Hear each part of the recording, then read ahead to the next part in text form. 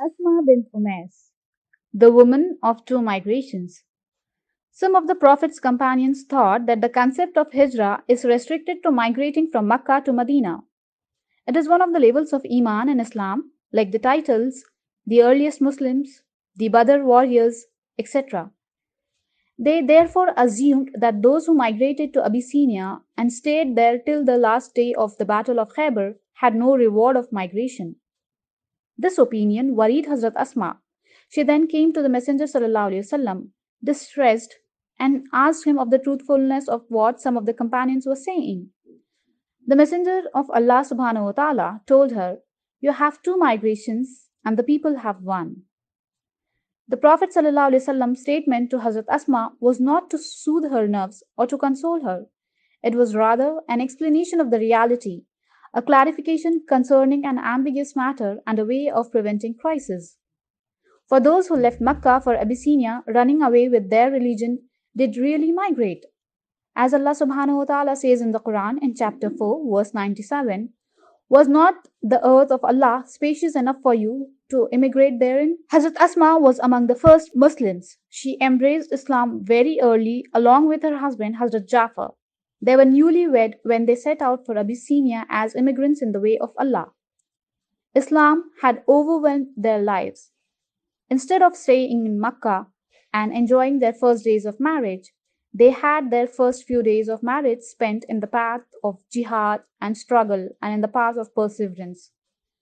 This, according to a sincere believer who really loves Allah and His Messenger ﷺ, is most pleasant experience and the greatest in reward. Hazrat Asma was on the same level of greatness that manifested in the personality of her husband, Hazrat Jafar. She was equally enduring, understanding, and cognizant of the responsibility. The evidence of that is her pleasant character, pure origin, and deep faith. Hazrat Asma spent 15 years there, during which many children were born, many people died, many children grew up, and many events and changes occurred. Hazrat Asma came back from Abyssinia with three sons, Abdullah, Muhammad, and On. It was after Hazrat Asma returned from Abyssinia that she faced real test. Rasulullah sallallahu alaihi wasallam sent her husband Jafar out to the Battle of Mu'tah as a substitute leader of the Muslim army after Zayd ibn Haris, who was later to be martyred there. The Battle of Mu'tah was the first of its kind between Muslims and the Romans in the history of Dawah. The Muslims' army consisted of 3,000 soldiers, while the Romans and their allies far outnumbered them with an army of more than 100,000 soldiers. The reason for this war is that the Messenger ﷺ sent Al Haris ibn Umar al Azdi to the king of Basra with a letter inviting him to Islam. Al Haris was attacked and killed. The Messenger of Allah subhanahu wa ta'ala was seriously upset and distressed by this incident.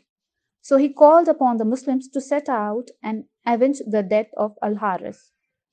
When their number reached 3,000 men, he appointed three commanders over them who were to take up the command of the army in succession. He instructed that if the first commander was martyred, the second should take up the responsibility, and if the second commander was martyred, the third one should take up the responsibility. And if the third was also killed, the Muslims should agree to choose a commander among themselves. The three commanders were Zayd ibn Haris, Jafar ibn Abu Talib, and Abdullah ibn Rawaha. May Allah be pleased with them all. It so happened that all the three commanders were martyred. The Muslims then appointed Hazrat Khalid ibn Walid their commander, and he was able to, through his military expertise, to deceive the Romans, and then he brought victory to the Muslim Ummah. But the Muslims' loss was calamitous in that their three commanders were martyred. The Battle of Mu'tah was the first and the last that Jafar fought against the enemies of Allah and in the way of Allah. As he was great in Abyssinia and the presence of the Negus, he was also great in the field of battle. Hazrat Asma was overwhelmed with grief and loss of her husband. Her tears never dried up and she never ceased crying until Allah's Messenger ﷺ visited her on the third day and consoled her. Asma then devoted all her time in caring for herself and her children. She trained them and brought them in proper manner, while the Messenger of Allah never forgot Asma or her sons, for he is closer to the believers than their own selves. The situation continued in this manner until the day of the Battle of Hunain. Abu Bakr Rajallah anhu had just been widowed of his wife, Roman. So the Prophet ﷺ married Hazrat Asma to him according to the narrations. In any case, this marriage was a consolation for both the sides, Hazrat Abu Bakr and Hazrat Asma. Abu Bakr was the first man to embrace Islam, and Asma, on the other hand, was one of the earliest female Muslims. She was persevering and knowledgeable, and she had migrated twice. She was also the wife of Hazrat Jafar, the flying martyr.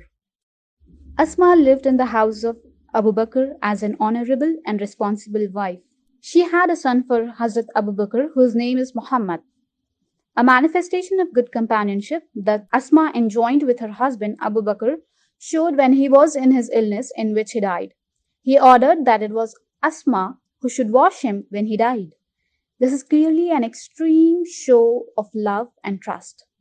She was then married by Ali ibn Abu Talib anhu, after the death of Hazrat Abu Bakr anhu, and she had a son for him named On.